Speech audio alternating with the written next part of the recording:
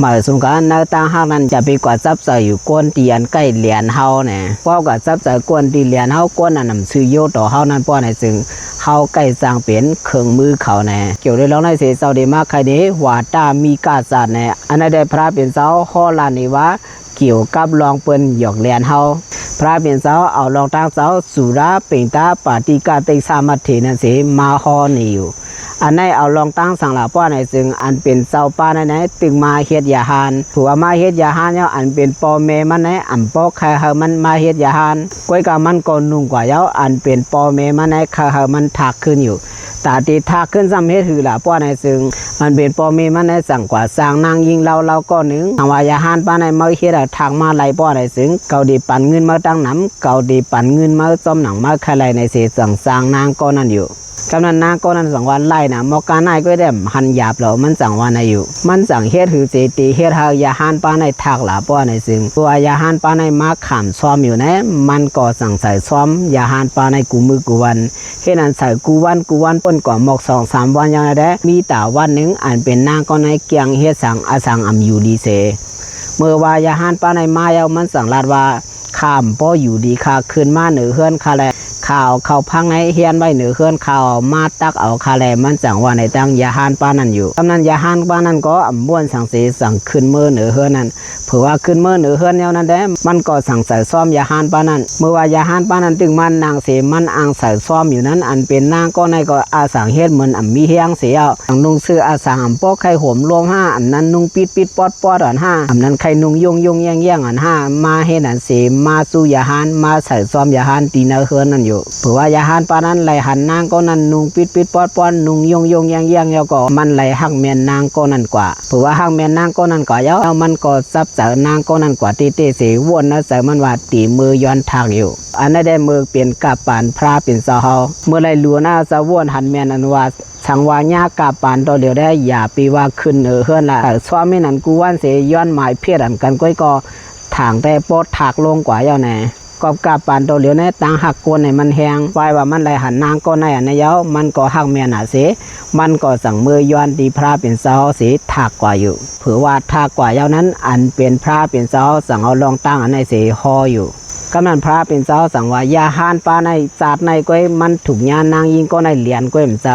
มือจัดก่อนป่วนมาก่อนนางก็ในยำหยอกเหรียญมันมาย่อสั่งว่าในเสสั่งข้อนี้มือจัดวันหลังมันมาอันนั้นก็มีแต่เป้าเนื้ออันเป็นหนอร่องเสาในเปลี่ยนขุนเมืองอันเป็นขุนในก็สั่งสร้างก้นก้อนหนึ่งให้กว่าเป้าส่วนเชื่อมันให้กว่าเป้าเตื้อเปลี่ยนเสื้อหือเหมือนเสื้อหือให้ลุ่มลาส่วนเชื่อมันตีในส่วนเชื่อมันอยู่ซื้อก้อนนั้นเป้าส่วนเชื่อในว่าหือละป้อนในถึงซื้อมันห้องว่าสินสายาในที่นั้นมีอยู่ว่าหนึ่งอันเป็นสินสายาเนี่ยจากเอาหมักไม่หมักตอกดีในส่วนเสื้อนั้นมากาปันคุณออกคำอยู่เมื่อว่ามากาปันคุณออกคำแล้วคุณออกคำก็ส้มเสื้ออันดีมันเอาหมักไม่มันมากาเผื่อว่ามันมากาเย้าอันเป็นคุณให้สั่งทำว่าเมื่ออยู่มาในส่วนเสื้อไรปีปลายเย้าเมื่ออ่ำหันหลักลายสังอาณาดีส่วนเสื้อเก่ามันสั่งทำมันเป็นสันสายาในเสื้อในอยู่กำนั้นอันเป็นก้นอันด้วยถึงนุ่มลาส่วนสันสายานั้นสั่งว่าหันคาออกค่าหันอันหลักลายอยู่มีอยู่อันหนึ่งอันนั้นก็สั่งมีมากขาววินตัวหนึ่งมันใกล้วินมาเสมากินหมากไม้ที่น่าสวนนั่นในตั้งเจ้าคุณออกคำอยู่คุณออกคำนั้นก็สั่งขึ้นทำว่า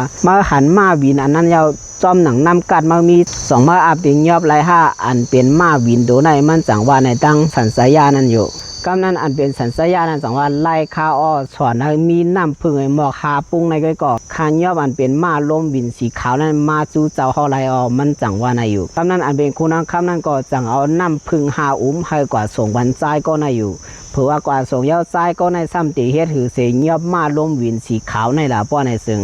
กำนั้นมือว่าหน้าล้มบินมากินหมากไม้อยู่นั้นมันเอาจังเอาน้ำพึ่งเสนตาซ้อมยือเสนั่นอยู่เผื่อว่าตาซ้อมยืออันนั้นเย้าอันเป็นมาล้มบินอันนั้นก็ไล่อายน้ำพึ่งอันนั้นเย้าเสมันสั่งลงมามือลงมาเย้านั้นได้มาหันยือเสนั่นอายหอมน้ำพึ่งเลยมันสั่งกินอยู่เมื่อว่ามันกินเย้ามันอิ่มก็ขึ้นมือตีอยู่มันเมื่อวันหนึ่งได้อยู่ดีไกลเสเหมือนหนังเอาน้ำพึ่งอันนั้นตาเยอะอันเป็นมาวินตัวไหนก็ไล่หันอยู่ก้อยรวมโกอยู่ก้อยมันน่าจะมันวนว่าโกนก็ไหนก็เลี้ยงมันนำพึ่งไหนเสามันอ่ำปอกูกะหือ เพื่อหนังว่าหนึ่งมาอันเป็นทรายก็ในก็สั่งเข้ามา3 อีก 1เสเอาน้ำพึ่งนั้นมาเลี้ยงมันก็รวมโกอยู่เมื่อดังอ่ำป้อฮัดเขากะหือถึงหนังแทงว่าหนึ่งมาอันเป็นมันในก็สั่งเอาน้ำพึ่งใส่มือมันเสมาเลี้ยงในมือมันอยู่อันเป็นมาตัวในก็สั่งกินน้ำพึ่งในมือมันนั่นถึงหนังหึงมาดังอิดได้อันเป็นมาตัวในก็อ่ำป้อโกมันเยอะเพราะมันใครกินน้ำพึ่งมาเมื่อไรก็มันสั่งตักเลี้ยงอยู่ดีเฮามาในป้อเขาเมื่อในหางหอเฮหือแล้วป้อในซึ่งเอาเพียนมากางไว้ตั้งผายซ้ายผายขวาตั้งเหนือเสเฮ็ดเอาเปลี่ยนห่วงลงกว่าตีนั่นก็เอาเหยื่อในมาเสาไว้เสเฮ็ดเฮามีไม้อันเสกำลักไม้ห้ามนั้นซ้อมยื้อฉะนั้นเอาน้ำพึ่งอันตาให้แน่เฮ็ดให้เสห่วงมันเข้ากว่าอันเป็นมาสีขาวมาหมอวีในก็กว่าซ้อมมันอยู่ตั้งเลกินน้ำพึ่งอันมีอยู่ซ้อมต้นไม้นั่นเสกว่าตั้งกินเหยื่ออันตาไว้น้ำพึ่งนั่นเสกว่าติ๊กเผื่อว่ากว่าเย้าป้อในซึ่งเข้ามือในห่างหออยู่ก้อยกามาอันนั้นแดมผู้ว่ามันเป็นในห่างหอ